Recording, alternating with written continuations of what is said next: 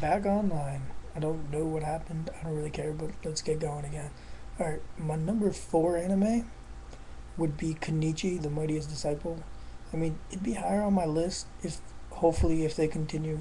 The anime they stopped after the Ragnarok arc, so that was up to like episode 50. If they continue that, it'd be so much better.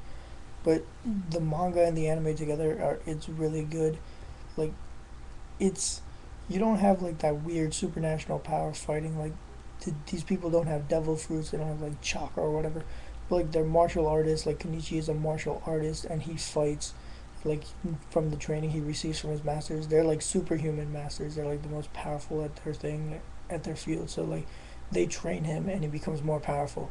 I like the story because it's basically this guy, basically known as Weak Knees Kenichi, and his masters basically plan him to make the mightiest disciple in the world. So that's a huge jump up, going from Weak Knees to the mightiest disciple in the world. So there's that makes it really interesting to see his growth. He does get a lot stronger.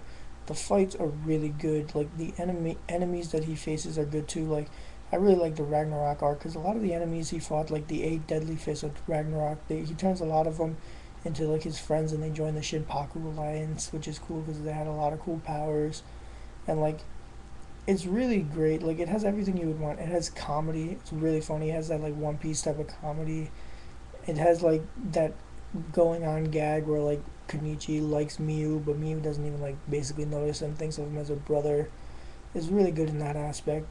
There's comedy, there's fights, there's a lot of seriousness. Like it'll get serious, and like you'll see a lot. Like if the anime decides to continue, it'll be a lot better because then after the Ragnarok arc, you have the DFD tournament, which would be great. You have Yomi, you have Yami. We see a little bit of that at the end of the anime, but if they continue to be better, like I would definitely recommend watch the anime and then continue on to the manga because it just keeps getting better, and that's why it's my number four.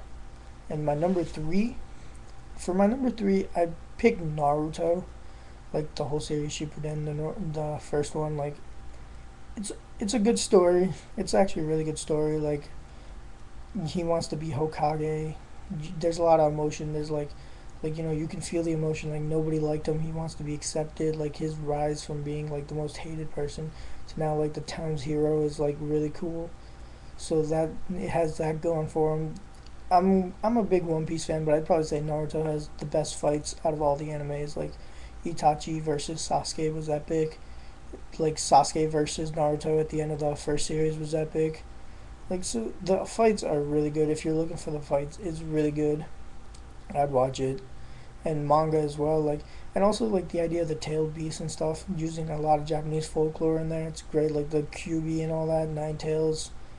And it's been getting a lot better. But like the reason it's my number three, like the kind of things that I have like against it is like number one, it's not a big thing, but it's always bugged me. Like why did I start watching Naruto? Because I thought it was about ninjas.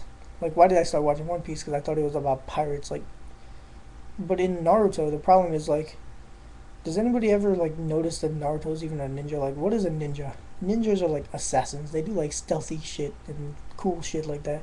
Does Naruto ever really do that?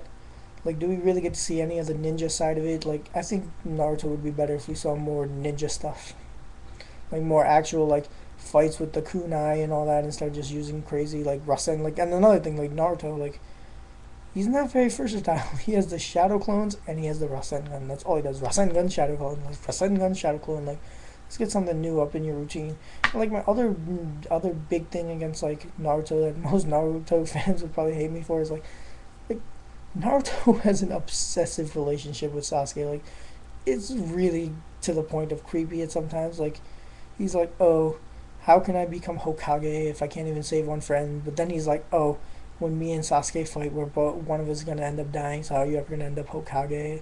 And he's like thinking like, I can always save Sasuke. I can always save Sasuke. Like chill out. Stop worrying about Sasuke. Worry about yourself. Like that's my one big thing against Naruto. Other than that, it's really good. It's deserving of a top three spot. If you haven't seen it, go watch it. Number two for me would be Ryuni Kenshin. Like classic, great show. And for sword fighting animes, this is like the top of the top. Like it's a great show when it comes to sword fighting, and you see a lot of stuff. Like it's a lot. It's political. You got some politics in there. It's kind of historical with the Meiji era and all that. And you have a great story. Like you have this guy who was basically a manslayer trying to shed all that and try to like repent for his sins, and it's just like a constant struggle for him trying to do that, which I found it interesting. It's not something that's really been done before. It was pretty groundbreaking in that aspect. Kenshin is just such a likable character. He's that funny guy, but like he's also that extremely powerful guy. And like the support characters too, like Sanosuke, Yahiko, I like them all. And I also like the villains, like the flame guy, I forget his name, I think it was Shiro. He was super cool. Like all the villains are really cool. And like I also really like the thing about Kenshin, I like it had a beginning and it had an end. Like the two OVAs where it showed like his life as the manslayer, the first one that showed his life as the manslayer, that was cool. And then the one that showed his like later life, that was really cool. Like I felt like those like finished the anime. Like I didn't have any more questions about it.